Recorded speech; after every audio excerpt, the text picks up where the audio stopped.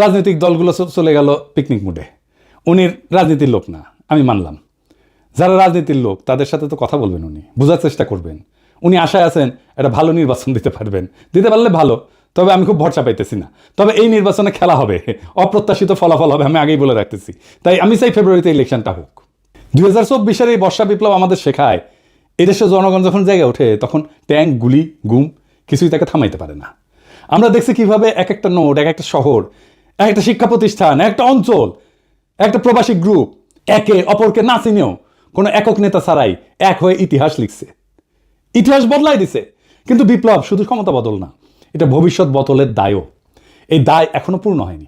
যারা ক্ষমতায় তারা যদি এই নোটগুলোকে পুনরায় সংযুক্ত না করে সাধারণ মানুষের বিশ্বাস ফিরায় না আনে, তবে এই বিপ্লবের শক্তি আবারও তাদের বিরুদ্ধে জেগে উঠবে, আরো ভয়ঙ্করভাবে, আরো সংগঠিতভাবে। আমরা ভুলে যাব না, বিপ্লবের আসল মালিক জনগণ, কোনো মাস্টার মাইন্ড না, কোনো ব্যক্তি না, কোনো দল না। আমরা হার মানব না, কারণ আমাদের হাতে এখনো আছে সেই ঐক্যের চাবি, যা একবার এই দেশকে ফ্যাসিবাদ থেকে মুক্ত করছে। ফেব্রুয়ারির নির্বাচন হোক আমাদের দ্বিতীয় ধাপ, যেখানে ভোট হবে শুধু ভোট না, হবে বিপ্লবের ধারাবাহিকতা, যেখানে ব্যালট বাক্স হবে জনগণের নতুন অস্ত্র, যেখানে জয় হবে শুধু এক দলের নয়, বাংলাদেশের। ইতিহাসের গতি থামানো যায় না।